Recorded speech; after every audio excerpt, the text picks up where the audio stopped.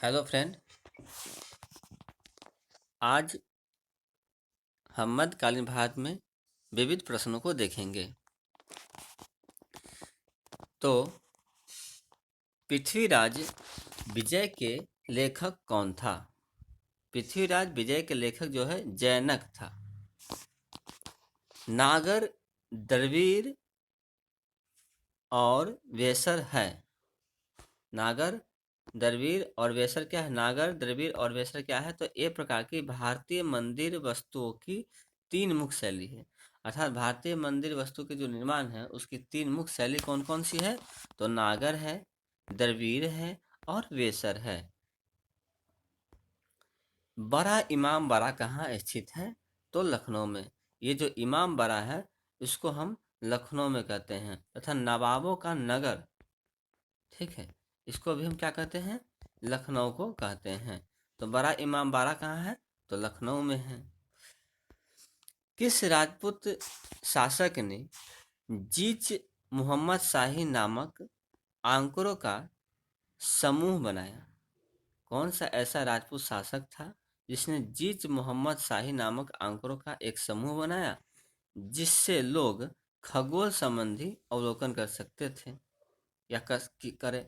मतलब जीत मोहम्मद शाही क्या है? तो एक प्रकार का इसका संबंध किससे? खगोल से। और इसके द्वारा जो है किसका अवलोकन करते थे? तो खगोल का अवलोकन करते थे। इसका निर्माण किसने करवाया था? तो सवाई जयसिंह ने करवाया था। हवा महल कहाँ स्थित है? ये जो हवा महल है ये कहाँ है? तो जयपुर में। हवा महल कहाँ है? तो जयपुर में अवस्थित है। प्रसिद्ध चेतक घोड़ा किससे संबंधित है? चेतक जो घोड़ा है ये घोड़ा जो है राणा प्रताप से संबंधित है। चेतक घोड़ा किससे संबंधित है? तो राणा प्रताप से संबंधित है। कौन सा कथन 8वीं सदी के संत शंकराचार्य के बारे में सही नहीं है? मतलब शंकराचार्य जो 8वीं शंकराचार्य किस सदी के संत है? तो 8वीं सदी, ठीक है। इसके बारे में कौन से कथन सही नहीं है? तो उन्होंने प्रयाग को तीर्थराज का नाम दिया था। उन्होंने कभी भी प्रयाग को तीर्थराज का नाम नहीं दिया था। किसने दिल्ली में खगोलीय वेधशाला, जिसे हम आज जंतर मंतर के नाम से भी जानते हैं, उसका निर्माण कराया था? तो जयसिंह ने। किसने करवाया था? तो जयसिंह ने करवाया था दिल्ली में खगोलीय वेधशाला। दिल्ली में खगोलीय वेधशाला का निर्माण जो है किसने करवाया था? तो जयसिंह ने करवाया था। गोविंद महल जो हिंदू वास्तुकला का अप्रतिम उदाहरण है वह कहाँ स्थित है? दातिया में। गोविंद महल क्या है? तो हिंदू वास्तुकला का एक अप्रतिम उदाहरण है। यह कहाँ स्थित है? तो दातिया में स्थित है। गोविंद महल कहाँ है? तो दातिया में स्थित है। कौन बीज गणित के क्षेत्र में अपने योगदान के लिए विशेष रूप से जाना जाता है? तो बीज गणित के क्षेत्र में अपने योगदान के लिए विशेष रूप से कौन जाना जाता है? तो भास्कर। भास्कर जो है किस क्षेत्र से है? तो बीज गणित। कौन सबसे प्राचीन वाद्य यंत्र है? सबसे प्राचीन वाद्य यंत्र कौन सी है? तो वीणा। वीणा जो है क्या है? सबसे प्राचीन वाद्य यंत्र है। कौन से बृहत मंदिर के प्रारंभिक अभिकल्पना तथा निर्माण सूर्यवर्मन द्वितीय के राज्यकाल में हुआ था? अंकोर वाट मंदिर।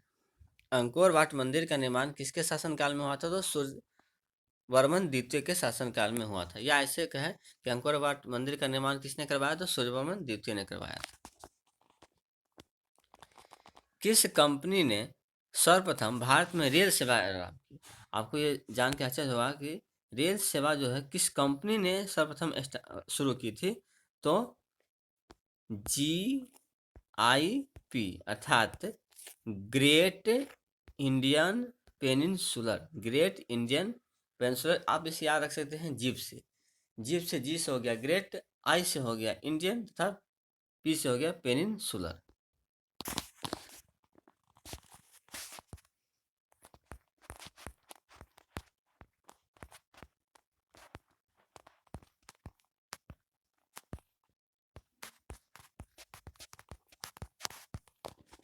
अब हम आते हैं कुछ निर्माता तथा उसके स्मारक।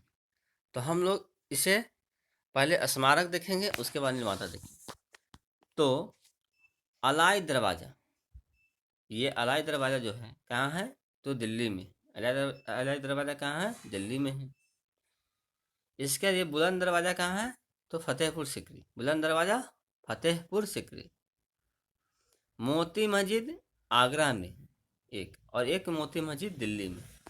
तो एक बार फिर से देखते हैं, अलाई दरवाज़ा कहाँ है, तो दिल्ली में। बुलंद दरवाज़ा फतेहपुर सिकरी में। मोती मस्जिद आगरा में भी है और दिल्ली में भी। और ये इसका कन्फ्यूजन अभी ख़त्म कर लेते हैं। ये मोती मस्जिद आगरा और दिल्ली का क्या कन्फ्यूजन है कि मोती मस्जिद आगरा का जो निर्माण कराया था वो शाहजहां। मोती मस्जिद आगरा का जो निर्माण करवाया किसने करवाया था, तो शाहजहां। अच्छा, दिल्ली का जो मोती मस्जिद है निर्माण किसने करवाया, तो औरंगजेब ने। अब इसे याद रखने का सबसे अच्छा उपाय ये है, सॉरी, ये याद रखने का सबसे अच्छा उपाय ये है कि आप यहाँ आशा से नाम इसे याद रख सकते हैं। आशा से क्या हुआ कि आगरा का जो मोती मस्जिद है उसका निर्माण शाहजहां ने करवाया, और दिल्ली का निर्माण जो मोती मस्जिद है वो औरंगजेब ने करवाया था। अलाई दरवाजा का निर्माण जो है अलाउद्दीन खिलजी ने, तथा बुलंद दरवाजा का निर्माण अकबर ने कराया था। वर्ष 1798 में लॉर्ड वेलेस्ली द्वारा प्रस्तावित सहायक संधि को स्वीकार करने वाला सबसे पहला भारतीय शासक का मतलब कौन था।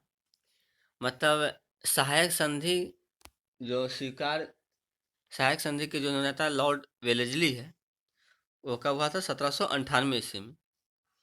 इसको स्वीकार करने वाला भारत का पहला शासक कौन था, तो हैदराबाद का निजाम था। भारत का प्रथम गवर्नर जनरल एवं व्यवसाय कौन था, तो लॉर्ड कैनिंग। भारत का प्रथम गवर्नर जनरल एवं वायसराय कौन था, तो लॉर्ड कैनिंग था। तीसरे आंग्ल मैसूर युद्ध को रोकने के लिए टीपू सुल्तान ने अंग्रेजों के साथ कौन सी संधि की थी, तो श्रीरंगपट्टनम की संधि की थी। किस सिख गुरु ने फारसी में जफरनामा लिखा, तो गुरु गोविंद सिंह ने। गुरु गोविंद सिंह ने फारसी में जफरनामा लिखा था। किस सिख गुरु ने नानक की जीवनी लिखी। गुरु नानक की जीवनी किसने लिखी, अंगदेव। गुरु नानक के जो क्या रहेंगे, अंग संग रहेंगे, वही जो है क्या करेंगे, उनकी जीवनी लिखेंगे। इससे इससे याद कर सकते हैं आप। तो गुरु नानक के क्या थे, वो अंगदेव जो थे, अंगद देव, वो जो थे उनके साथ में हमेशा रहते थे और लहना बजाया करते थे हमेशा। सिखों के सैन्य संप्रदाय खालसा पंथ का प्रवर्तन किसने किया, तो गुरु गोविंद सिंह। सैन्य संप्रदाय खालसा पंथ का प्रवर्तन किसने किया था, तो गुरु गोविंद सिंह ने किया था। 1757 में सिराजुद्दौला किसके द्वारा पराजित हुआ था। सिराजुद्दौला किसके द्वारा पराजित हुआ था, तो क्लाइव के द्वारा। 1757 में जानते हैं कि प्लासी का युद्ध हुआ था, और प्लासी का युद्ध जो हुआ था ये जो है क्या कहते हैं उसको, सिराजुद्दौला और रॉबर्ट क्लाइव के बीच हुआ था, जिसमें सिराजुद्दौला पराजित हुआ था। सुगौली की संधि कब हुई थी, तो सुगौली की संधि 1816 ईस्वी में हुई थी, और तथा किनके किनके बीच हुई थी, तो ईस्ट इंडिया कंपनी और नेपाल के बीच में हुई थी। टीपू सुल्तान की मृत्यु कब हुई, तो 1799 ईस्वी में। टीपू सुल्तान की मृत्यु कब हुई थी, तो 1799 ईस्वी में हुई थी। कहाँ हुई थी, तो रंगपट्टनम। कहाँ, तो रंगपट्टनम। हड़प्पा नीति के अंतर्गत कौन सा भारतीय राज्य कब्जे में कर गया। हड़प्पा नीति जब अब लाया गया था तो डलहौजी के द्वारा, ये जो है इसके अंतर्गत कौन से भारतीय राज्य कब्जे में किए गए थे, तो ये क्रम से कौन रहेंगे,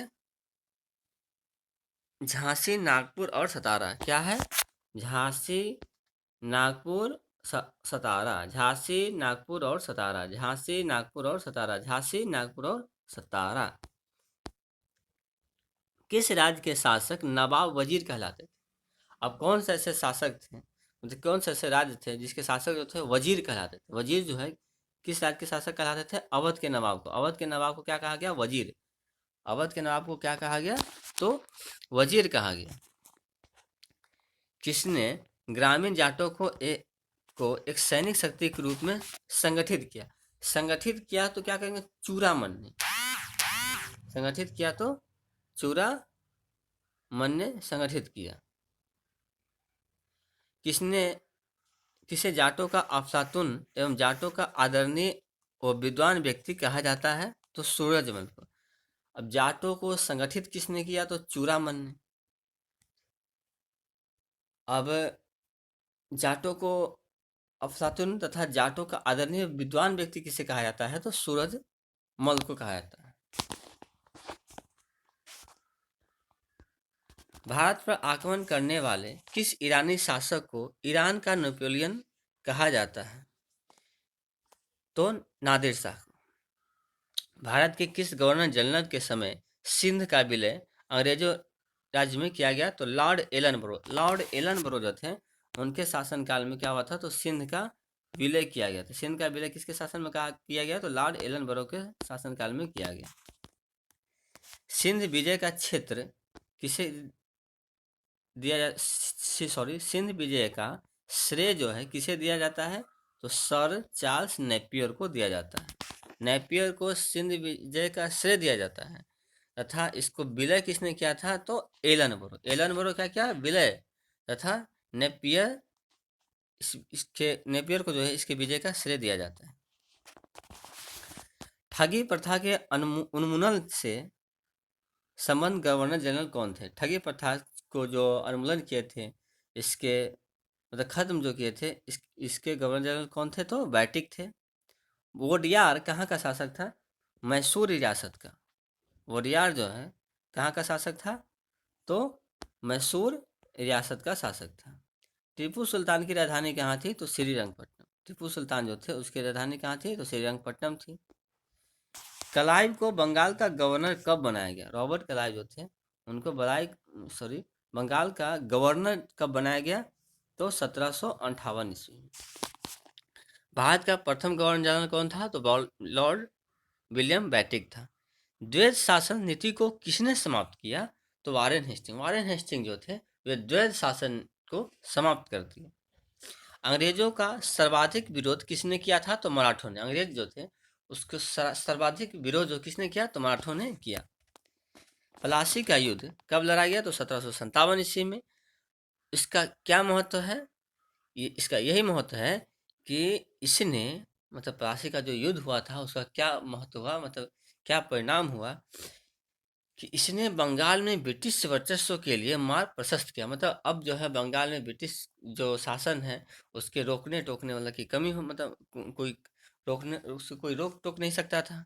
और उसके बाद संपूर्ण भारत में ब्रिटिश नियंत्रण के लिए रास्ता भी खुल गया, क्योंकि बंगाल के शासक जो थे काफ़ी मजबूत थे, सभी शासक कमजोर थे। जब बंगाल के शासकों को हरा दिया गया तो क्या हो गया कि एक मार्ग खुल गया कि अब जो है वो हम लोग कहीं भी कब्जा कर सकते हैं।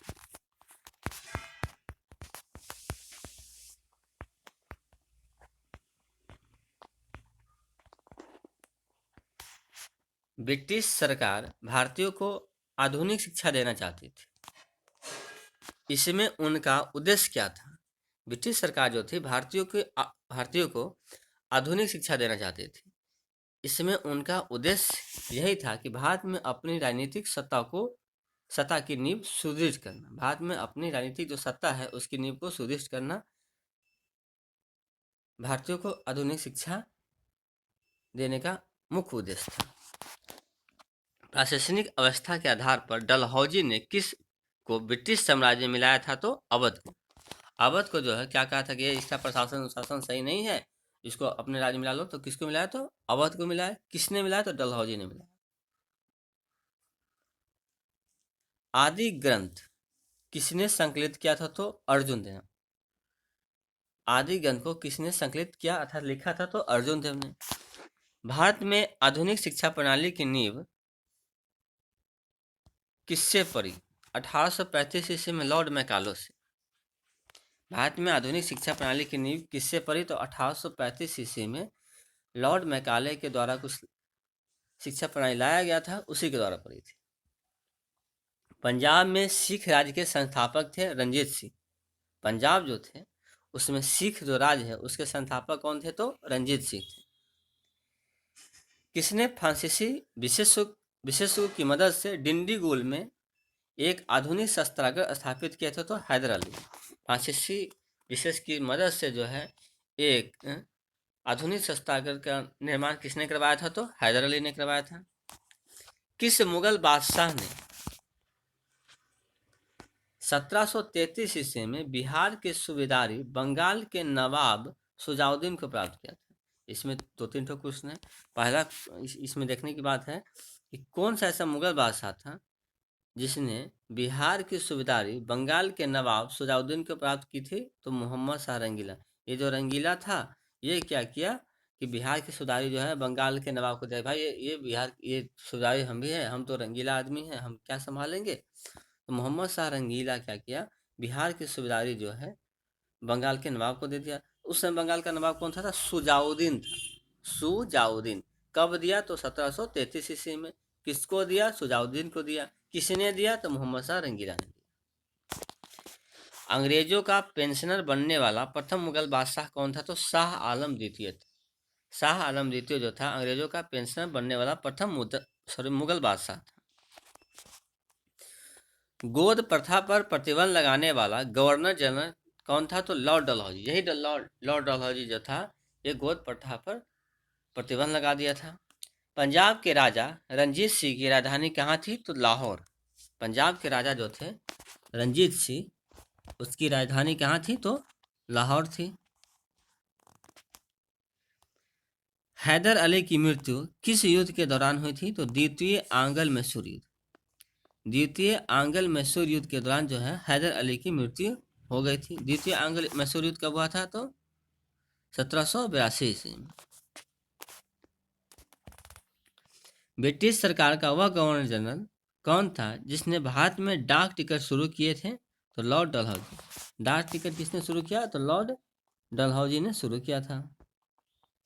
सती प्रथा का अंत करने सती प्रथा का अंत करने तथा ठगी को समाप्त करने सती प्रथा तथा ठगी प्रथा को किसने समाप्त किया था? तो लॉर्ड विलियम बेटिक। सती तथा ठगी, सती को ठग लिया किसने? तो विलियम बेटिक ने ठग लिया। अवध के स्वायत्त राज्य के संस्थापक कौन थे? तो सादत खां बुरहान उल मुल्क। अवध राज्य के संस्थापक कौन थे? तो सादत खां बुरहान उल मुल्क। कौन थे? सादत खां बुरहान उल मुल्क। सादत खां बुरहान उल मुल्क। किसने मीर कासिम तथा शुजाउद्दौला के साथ मिलकर अंग्रेजी ईस्ट इंडिया पर युद्ध घोषित किया और वे बाद में बक्सर के युद्ध में अंग्रेजों से पराजित हुए? तो शाह आलम द्वितीय। किसने मीर कासिम तथा शुजाउद्दौला के साथ मिलकर अर्थात बक्सर का युद्ध जो है 3 शासक ने लड़ा था? मीर कासिम, शुजाउद्दौला तथा शाह आलम द्वितीय।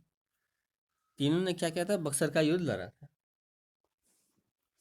ईस्ट इंडिया कंपनी और बंगाल के नवाब के बीच जब प्लासी का युद्ध हुआ उस समय मुगल सम्राट कौन था? तो अजीजुद्दीन आलमगीर द्वितीय।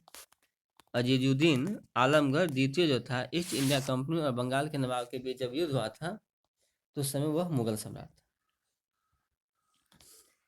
ईस्ट इंडिया कंपनी के नेतृत्व में रॉबर्ट क्लाइव का उत्तराधिकारी कौन था? तो हेस्टिंग्स था।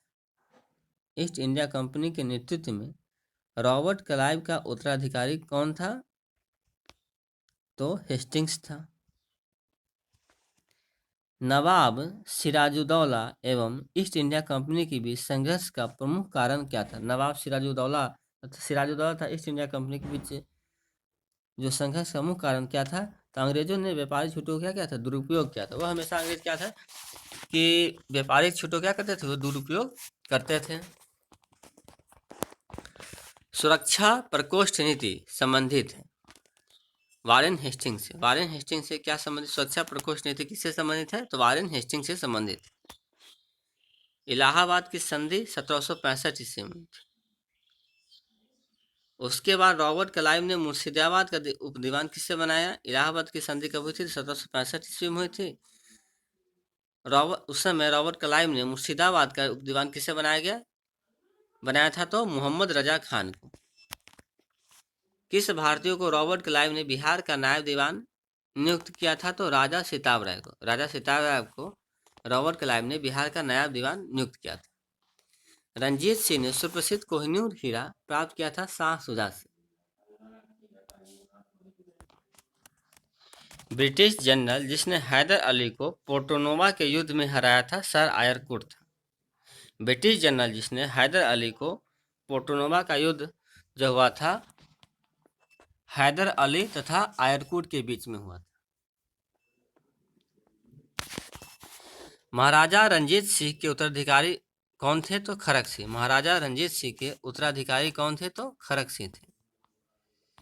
किस सिख गुरु ने विद्रोही राजकुमार खुसरो की सहायता धन एवं आशीर्वाद से की थी? तो गुरु अर्जुन देव ने। गुरु अर्जुन देव ने विद्रोही राजकुमार खुसरो की सहायता धन एवं आशीर्वाद से की थी। सबसे अधिक निर्णायक युद्ध जिसने अंग्रेजों के भारत में प्रभुत्व को संस्थापित किया वो तो कौन था? तो बक्सर का युद्ध। बक्सर का युद्ध जो था सबसे अधिक निर्णायक युद्ध था जिसने अंग्रेजों के भारत में प्रभुत्व को स्थापित किया था।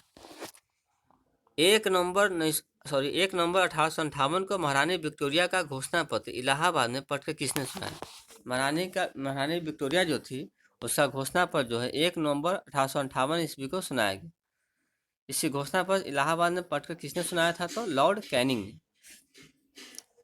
रंजीत सिंह किस मिसल से संबंधित थे? तो सुकरचकिया मिसल। रंजीत सिंह जो थे किस मिसल से संबंधित थे? तो सुकरचकिया मिसल से संबंधित थे। तथाकथित कुशासन के आधार पर किस गवर्नर जनरल ने मैसूर राज्य के प्रशासन को ले लिया था? तो Lord William Bentinck. Lord William Bentinck.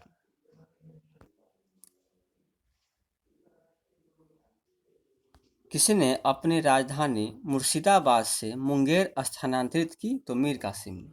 किसने अपनी राजधानी जो थी मुर्शिदाबाद से मुंगेर स्थानांतरित की थी? तो मुर्शिदाबाद से मुंगेर किसने राजधानी को स्थानांतरित किया? तो मीर कासिम ने। किसकी समाधि के कारण नंदेड़ गुरुद्वारा सिखों द्वारा पवित्र माना जाता है? मतलब कौन सी ऐसी समाधि है जिसके कारण नंदेड़ जो गुरुद्वारा है सिखों के लिए पवित्र माना जाता है? तो गुरु गोविंद सिंह। गुरु गोविंद सिंह की समाधि कहाँ है? तो नंदेड़ में। बक्सर का युद्ध कब लड़ा गया? तो 1764 ईस्वी। उस समय दिल्ली के शासक कौन थे? तो शाह आलम द्वितीय। शाह आलम द्वितीय जो थे उस समय क्या थे? दिल्ली के शासक थे। टीपू सुल्तान अंग्रेजों के साथ युद्ध में कब मारे गए? तो 1799 ईस्वी में। टीपू सुल्तान अंग्रेजों के साथ युद्ध में कब मारे गए थे? तो 1799 ईस्वी में। सिखों के अंतिम गुरु कौन थे? गुरु गोविंद सिंह। सिखों के अंतिम गुरु कौन थे? तो गुरु गोविंद सिंह थे। कौन सा युद्ध जिसने भारत में ब्रिटिश प्रभुत्व को प्रारंभ किया? तो प्लासी का युद्ध। प्लासी का युद्ध जो था ब्रिटिश के प्रभुत्व को प्रारंभ किया था। डिंडीगुल नाम है। डिंडीगुल जो है नाम है किसका? तमिलनाडु में एक नगर का। डिंडीगुल क्या है? तमिलनाडु में एक नगर है उसका नाम क्या है? तो डिंडीगुल है। बंगाल के किस गवर्नर के समय सरकारी खजाना मुर्शिदाबाद से कलकत्ता स्थानांतरित हुआ? मतलब कौन सा ऐसा गवर्नर थे जिसके शासनकाल में सरकारी खजाना जो था मुर्शिदाबाद से कलकत्ता स्थानांतरित किया गया? तो वारेन हेस्टिंग्स। वारेन हेस्टिंग्स के शासनकाल में ही जो सरकारी खजाना था वो मुर्शिदाबाद से कलकत्ता को ट्रांसफर किया गया। भारत में प्रथम रेलवे लाइन किस ब्रिटिश गवर्नर जनरल के समय बिछाई गई थी? तो प्रथम रेलवे लाइन किस ब्रिटिश गवर्नर के समय बिछाई गई थी? तो लॉर्ड डलहौजी। लॉर्ड डलहौजी के शासनकाल में जो थी भारत में प्रथम रेलवे लाइन बिछाई गई थी। किसके समय में कलकत्ता में प्रथम न्यायालय की स्थापना भी की गई? अर्थात प्रथम ये रेलवे लाइन जो है किसके शासनकाल में बिछाई गई थी? लॉर्ड डलहौजी के शासनकाल में बिछाई गई। न्यायालय जो है वारेन हेस्टिंग के समय में स्थापना की गई। तथा पिट्स इंडिया एक्ट कब आया? 1784 से। पिट्स इंडिया एक्ट कब आया था? तो 1784 ईस्वी में आया। किसके शासनकाल में? तो वारेन हेस्टिंग्स के शासनकाल में। भारतीय शासकों में से कौन था जिसने विदेशों में आधुनिक पद्धति से दूतावास स्थापित किया? विदेशों में आधुनिक पद्धति से दूतावास किसने स्थापित किया था? तो टीपू सुल्तान ने। भारत में प्रथम रेलवे लाइन किसने बिछवाई थी? तो जॉर्ज क्लार्क ने। किसके शासन काल में बिछाई गई थी? तो लॉर्ड डलहौजी हो जाएगा।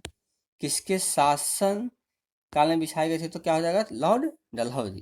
किसके शासन काल? तो लॉर्ड डलहौजी। किसने बिछवाई? तो जॉर्ज क्लार्क। जॉर्ज क्लार्क ने बिछवाई थी। भारत से ब्रिटेन की ओर संपत्ति के अपवहन का सिद्धांत किसने प्रतिपादित किया था? भारत से ब्रिटेन की ओर संपत्ति के अपवहन का सिद्धांत किसने प्रतिपादित किया था? तो दादाभाई नौरोजी ने। भारत में ब्रिटिश भू राजस्व प्रणाली का किसने अधिक लाभ प्राप्त किया? तो जमींदार ने। मतलब भारत में जो ब्रिटिश भू राजस्व प्रणाली जो थी उसमें सबसे अधिक लाभ किसने प्राप्त किया? तो जमींदार ने। भारत में सबसे पहला सूती वस्त्र मिल किस शहर में? मतलब भारत में जो सूती वस्त्र था वो सबसे पहले जो है किस शहर में स्थापित किया गया था? तो बम्बई में। अंग्रेजों द्वारा बनाई गई भू राजस्व व्यवस्था की कौन सी किसकों के हित के लिए अधिक सुरक्षा प्रदान करती? मतलब अंग्रेजों ने जो भू राजस्व व्यवस्था बनाई थी वो सबसे अधिक सुरक्षा कौन सी ऐसी भू राजस्व व्यवस्था थी जो अधिक सुरक्षा प्रदान करती थी? तो मद्रास। की जो प्रांत की जो मद्रास प्रांत की जो रैयत वाली भू व्यवस्था थी वो सबसे अधिक सुरक्षा प्रदान करती थी। किसके द्वारा बंगाल और बिहार का स्थानीय बंदोबस्त या इस्तेमारी बंदोबस्त शुरू किया था? किसके के द्वारा जो है बंगाल और बिहार का स्थायी बंदोबस्त या उसे इस्तेमारी बंदोबस्त कहें उसको शुरू किया गया था? तो लॉर्ड कॉर्नवालिस। लॉर्ड कॉर्नवालिस जो था इसी के शासनकाल में बिहार का स्थायी बंदोबस्त या इस्तेमारी बंदोबस्त शुरू किया गया था। रैयतवारी व्यवस्था कब लागू की गई? रैयतवारी व्यवस्था जो है कब लागू की गई थी? तो 1820 ईस्वी। रैयतवारी व्यवस्था कब लागू की गई थी? तो 1820 ईस्वी। अंग्रेजी शासनकाल में भारत का कौन सा क्षेत्र अफीम उत्पादन के लिए सबसे प्रसिद्ध था? तो कौन था? बिहार। बिहार जो है अफीम उत्पादन के लिए सबसे ज़्यादा प्रसिद्ध था। किस समय? अंग्रेजी शासनकाल के समय। 18वीं सदी में बंगाल में वस्त्र उद्योग के पतन के लिए उत्तरदायी कारण क्या थी? तो ब्रिटेन को निर्यात करने वाले माल पर उच्च तटकर था। बंगाल में जो वस्त्र उद्योग था उसके पतन होने का मेन कारण यही था कि ब्रिटेन को जो निर्यात करने वाले माल जो थे उस पर उच्च तटकर लगाया गया था। इसी कारण से जो था छोटे छोटे जो वस्त्र उद्योग थे वो पतन मतलब खत्म हो गए।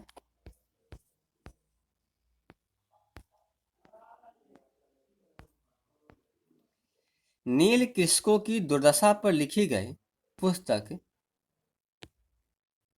नील दर्पण के लेखक कौन है? नील कृषकों की दुर्दशा पर लिखी गई पुस्तक कौन सी है? तो नील दर्पण। नील दर्पण क्या है?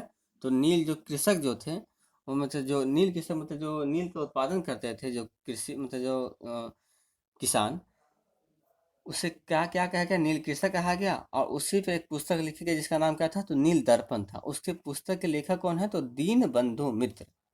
दीन बंधु मित्र जो है नील दर्पण पुस्तक के लेखक हैं। अंग्रेजों द्वारा सर्वप्रथम कहवा बागान लगाए गए थे वायनाड जनपद में। सबसे ज्यादा कहवा बागान कहाँ लगाए गए थे? तो वायनाड जनपद में लगाए गए थे। अंग्रेजी शासन के दौरान भारत में आर्थिक दोहन के विचार का प्रतिपादन किसने किया था? मतलब आर्थिक दोहन के जो विचार है उसका प्रतिपादन किसने किया था? तो दादाभाई नौरोजी ने किया था। भारत में अंग्रेजों के समय प्रथम जनगणना किसके शासनकाल में हुई थी? तो लॉर्ड मेयो के शासनकाल में। प्रथम जनगणना कब हुई? लॉर्ड मेयो के शासनकाल में। कब हुई? तो 1872 ईस्वी में प्रथम भारत में जनगणना शुरू हुई थी। सर टॉमस मुनरो किस भू राजस्व बंदोबस्त से संबंधित है? ये टॉमस जो मुनरो है वो किस भू राजस्व बंदोबस्त से संबंधित है? तो रैयतवारी। रैयतवारी बंदोबस्त से संबंधित कौन है? तो सर टॉमस रो है। तथा सबसे अधिक फायदा सबसे अधिक जो है क्या कहते हैं उसको सुरक्षा प्रदान करती थी? तो मद्रास की जो रैयतवारी व्यवस्था थी वो सबसे ज़्यादा सुरक्षा प्रदान करती थी। भारत में प्रथम रेलवे लाइन 1853 ईस्वी में किन नगरों के बीच स्थापित हुआ था? भारत में प्रथम रेलवे लाइन स्थापित हुआ था किन किन नगरों के बीच? और बम्बई और थाने के बीच में। भारत में उपनिवेशी काल में हिटली आयोग का उद्देश्य क्या था? हिटली आयोग कब आया था? तो 1929 में क्या आया था? तो हिटली आयोग आया था। उसका मेन उद्देश्य था श्रमिकों की मौजूदा परिस्थितियों पर प्रतिवेदन पर सिफारिशें प्रस्तुत करना। स्वतंत्रता पूर्व अवधि में ब्रिटिश सरकार द्वारा भारत में आधुनिक शिक्षा के प्रसार का मुख्य उद्देश्य क्या था?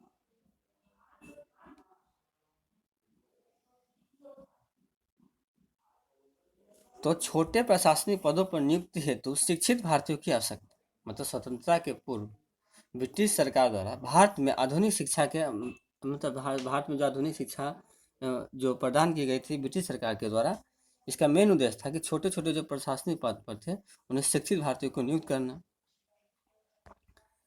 भारत में भारतीयों द्वारा 1881 में स्थापित हुआ तथा उनके प्रबंध में चलने वाला सीमित देयताओं का प्रथम बैंक कौन था? तो अवध कमर्शियल बैंक। भारत में भारतीयों द्वारा 1881 ईस्वी में स्थापित हुआ तथा उनके प्रबंध में चलने वाला सीमित देयता वाला प्रथम बैंक कौन था? तो भारत में जो स्थापित पहला बैंक कौन था? तो अवध कमर्शियल बैंक था। अवध कमर्शियल बैंक की स्थापना कब हुई? तो 1881 ईस्वी में। अंग्रेजों द्वारा रैयतवाड़ी बंदोबस्त लागू किया गया था मद्रास प्रेसिडेंसी एवं बम्बई प्रेसिडेंसी में। मद्रास और बम्बई प्रेसिडेंसी में रैयतवाड़ी व्यवस्था लागू की। भारत में उपनिवेशी शासन के संदर्भ में 1883 ईस्वी में पारित इल्बर्ट बिल कब पारित हुआ? तो 1883 ईस्वी में। इल्बर्ट बिल पारित कब हुआ? 1883 ईस्वी में। उनका मुख्य उद्देश्य क्या था? तो जहां तक अदालतों की दांडिक अधिकारिता का संबंध था, भारतीय तथा यूरोपीय लोगों को बराबरी पर रोकना। मतलब इल्बर्ट बिल कब आया? तो 1883 ईस्वी में। इल्बर्ट बिल कब आया? तो 1883 ईस्वी में। इसका मुख्य उद्देश्य था कि जहां तक अदालतों की दांडिक अधिकारिता का संबंध था, भारतीय तथा यूरोपीय लोगों को बराबरी पर रोकना था। मतलब अदालत में दोनों लोगों को जो है क्या है कि एक समान अधिकार मिले। भारत के लोग भी है तथा अंग्रेजी लोग भी जो भी है उनको एक समान ये क्या करे अधिकार मिले। ब्रिटिश शासन के दौरान भारत में उद्योगों का कोई स्वतंत्र विकास नहीं हुआ था। इसका मुख्य कारण क्या था? तो भारी उद्योगों का अभाव था। ब्रिटिश शासन के दौरान भारत में उद्योगों का कोई स्वतंत्र विकास नहीं हुआ था। इसका मुख्य कारण था कि भारी उद्योगों का अभाव था। ब्रिटिश ईस्ट इंडिया कंपनी का व्यापारिक अधिकार अंतिम रूप से किस एक्ट के तहत समाप्त हो गया था? ब्रिटिश ईस्ट इंडिया कंपनी का व्यापारिक अधिकार जो था अंतिम रूप से किस एक्ट के तहत समाप्त किया गया? तो 1833 के चार्टर एक्ट के तहत समाप्त कर दिया गया। अस्थाई बंदोबस्त व्यवस्था कब आई? तो 1793 ईस्वी में।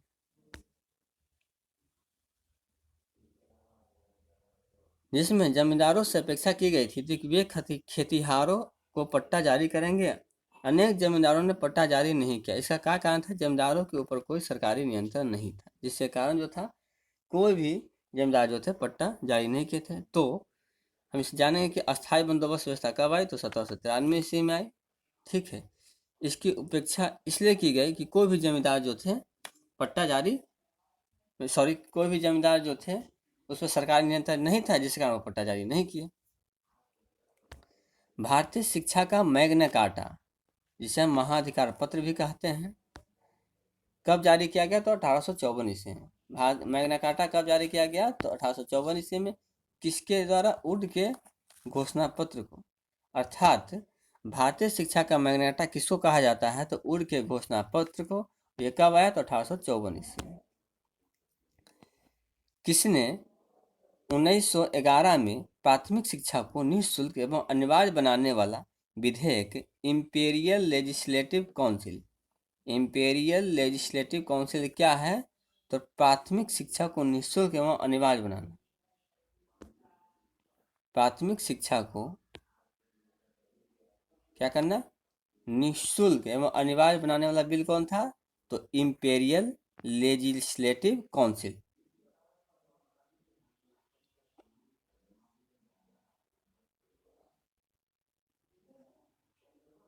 सॉरी, ये इसमें क्या था कि किसने 1911 में प्राथमिक शिक्षा को निःशुल्क एवं अनिवार्य बनाने वाला विधेयक इंपीरियल लेजिस्लेटिव काउंसिल में प्रस्तुत किया? मतलब ये प्रस्तुत जो था कि ये कहाँ किया गया, तो इंपीरियल लेजिस्लेटिव काउंसिल में प्रस्तुत किया, जिसे प्राथमिक शिक्षा का मैग्ना कार्टा कहा भी कहा जाता है इस काउंसिल को, तो गोपाल कृष्ण गोखले ने, गोपाल कृष्ण गोखले ने। भारत में आधुनिक शिक्षा का जन्मदाता किसे कहा जाता है? आधुनिक शिक्षा का जो जन्मदाता कौन है? चार्ल्स ग्रांट को। चार्ल्स ग्रांट को क्या है? आधुनिक शिक्षा का जन्मदाता कहा जाता है। हिंदू कॉलेज कलकत्ता की स्थापना किसने की थी? डेविड हेयर ने। हिंदू कॉलेज की स्थापना किसने की थी? तो डेविड हेयर ने की थी। पहली आधुनिक पटसन मिल स्थापित हुई थी रिसरा में। पहली पटसन मिल कहाँ स्थापित हुई थी? तो रिसरा में स्थापित हुई थी। रिसरा कहाँ है? तो बंगाल में। पहले आधुनिक लोहा इस्पात उद्योग की स्थापना कहाँ हुई थी? तो बिहार में। पहले लोहा इस्पात उद्योग कहाँ हुई? तो बिहार में। पटसन कहाँ हुई? तो बंगाल में। हिंदू कॉलेज की स्थापना कलकत्ता कहाँ हुई? तो कलकत्ता में। किसने की? तो डेविड हेयर ने की थी। भारत में विकेंद्रीकरण का शुभारंभ किसके समय में हुआ था? Lord Mayo. विकेंद्रीकरण जो है इसी के शासनकाल में जो था, आपको क्या हुआ था कि जनगणना की शुरुआत हुई थी तथा विकेंद्रीकरण का शुभारंभ भी हुआ था। रेल विभाग के लिए पृथक रूप से रेलवे बजट कब आरंभ हुआ? तो 1925 ईस्वी में। रेल विभाग के लिए पृथक रूप से रेलवे बजट कब आरंभ हुआ था? तो 1925 ईस्वी में। और ये फिर 7 कब हो गया?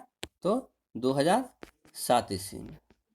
2007 ईस्वी में क्या हुआ? 7 हो गया था। 1924 से 25 ईस्वी क्रम में रेलवे बजट को क्या हुआ? अलग अलग मतलब अलग अलग रूप से प्रस्तुत होगा, ये कहा गया था। ब्रिटिश नागरिकों को सर्वप्रथम किस वर्ष भारत में भूमि खरीदने एवं बसने की अनुमति मिली?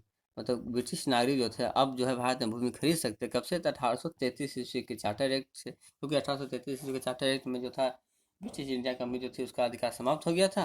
अब जब समाप्त हो गया तो ब्रिटिश नागरिक जो है अब भारत में क्या था, अपनी जमीन को भी खरीद सकते हैं।